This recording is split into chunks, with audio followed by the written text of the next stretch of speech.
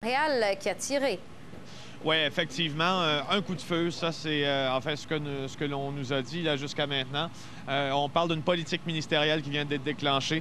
Vous voyez, les premiers agents de la Sûreté du Québec se présentent sur les lieux pour prendre la relève au niveau d'ailleurs des communications avec les médias. Parce qu'évidemment, à partir de maintenant, l'enquête sur cet événement, aussi bien que tout ce qui sera rapporté aux médias, tombe dans la cour du service de police provincial de la Sûreté du Québec.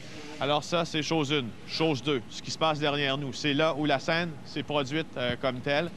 On vous laisse voir ces images en direct. Poste de commandement du SPVM, état-major, policier qui est enquêteur qui recueille des informations un peu plus loin. Évidemment, on traite ce dossier avec une grande sensibilité.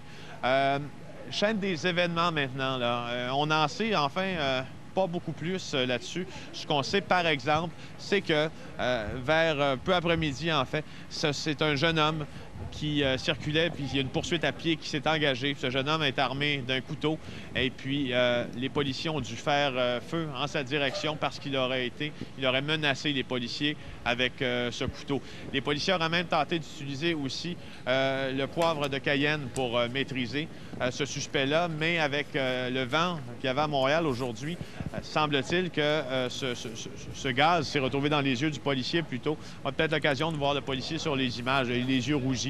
Alors, c'est ce qui est arrivé pour l'instant. On n'en sait pas plus. Les comparatifs avec Montréal-Nord, selon tous les spécialistes à qui nous parlons maintenant, devraient être évités. Il ne s'agirait pas du même type d'événement. Il faut bien le mentionner.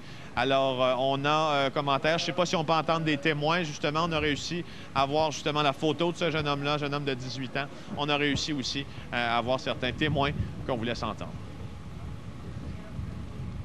On nous dit que des policiers ont pris en chasse votre frère, qu'il était armé d'un couteau. Est-ce que c'est vrai? Ça, j'en ai qu'une idée. Mais vous, de ce que vous avez entendu et de ce que vous avez vu, votre frère était pourchassé par les policiers? Oui, il était pourchassé par les policiers. Et les policiers ont fait feu en sa direction, c'est ce que vous dites? Ben oui. Il a été atteint à une reprise, c'est ça? Une reprise, je pense. Ouais, une reprise, ils l'ont eu. Parce qu'ils voient qu'ils peuvent pas l'attraper, ils veulent pas se sentir mal. Là-bas, ils doivent le tirer dessus, vous le savoir. On a plus peur qu'eux qu'il y ait des gangs de rue maintenant. Parce que eux, les gangs de rue, on se bat, mais eux, nous tuent. Alors, qu'est-ce qu'on fait? Et on peut faire maintenant, man? C'est gay, ça. Comment vous vivez les événements qui se passent présentement, là? Trop chaud.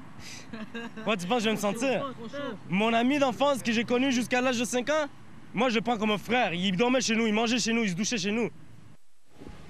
Autre commentaire maintenant, là, parce qu'évidemment, quand on se présentait sur cette scène, ces commentaires ont été recueillis.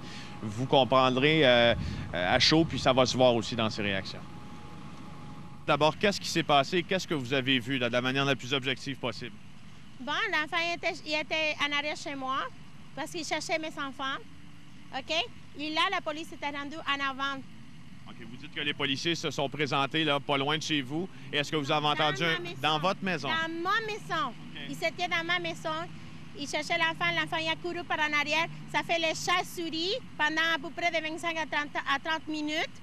Même l'enfant a passé à côté des deux policiers. Ils n'ont pas pris l'enfant. OK? L'enfant, il n'y avait pas d'arme. Qui ne vient pas me dire qu'il n'y a pas de Cayenne.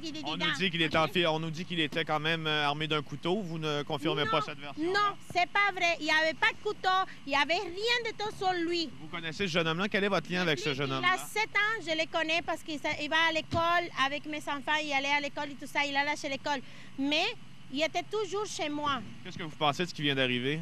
Moi, c'est injuste. C'est injuste. L'enfant, il n'y avait pas d'arme sur lui. Comment c'est qu'ils l'ont tiré? Comment c'est que les policiers qui viennent me dire à moi qui savaient des poids de Cayenne, qui viennent me dire à moi qui savaient des armes, qui viennent la police à me dire à moi? Merci beaucoup, madame. Alors, c'est une version, évidemment, de quelqu'un qui est affecté aussi.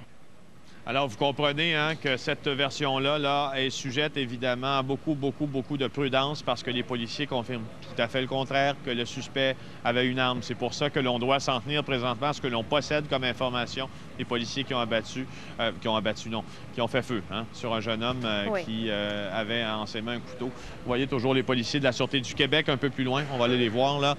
Bientôt, là, attendez-vous à avoir des réactions de la part de la Sûreté du Québec sur ce qui vient d'arriver. Je vous dirais que vous ne pouvez pas vous attendre à beaucoup plus que ce que vous avez déjà entendu avec les policiers de Montréal, mais on tentera d'avoir plus d'informations, entre autres sur le nombre de coups de feu tirés. J'ai entendu certaines personnes qui m'ont parlé de 2 coups de feu tirés, information que nous tenterons de valider au cours des prochaines minutes. Et il faut le rappeler, aux dernières nouvelles, le jeune homme se portait bien. Il pourrait même recevoir son congé de l'hôpital plus rapidement que prévu. Il a été atteint à l'abdomen. Merci beaucoup, Félix. Au revoir. Une grande marche contre la violence a eu lieu pendant ce qui s'est passé à Montréal-Nord. Cet événement se tenait dans le cadre de la 4e semaine de la non-violence. Évidemment, cette année, on voulait lancer un appel au calme dans ce secteur, toujours secoué par la mort du jeune Freddy Villanueva, qui a été abattu par un policier. Et pour savoir comment ça s'est passé, je joins Denis Coderre, député libéral de Bourassa, qui était à la marche. Monsieur Coderre, bonjour. Bon après-midi. Comment ça s'est passé, cette marche contre la violence? Très, très bien. C'est la 4e. Ça a une certaine connotation là, avec ce qui s'est passé cet été, mais c'est organisé de toute façon. Alors, je pense que toutes les autorités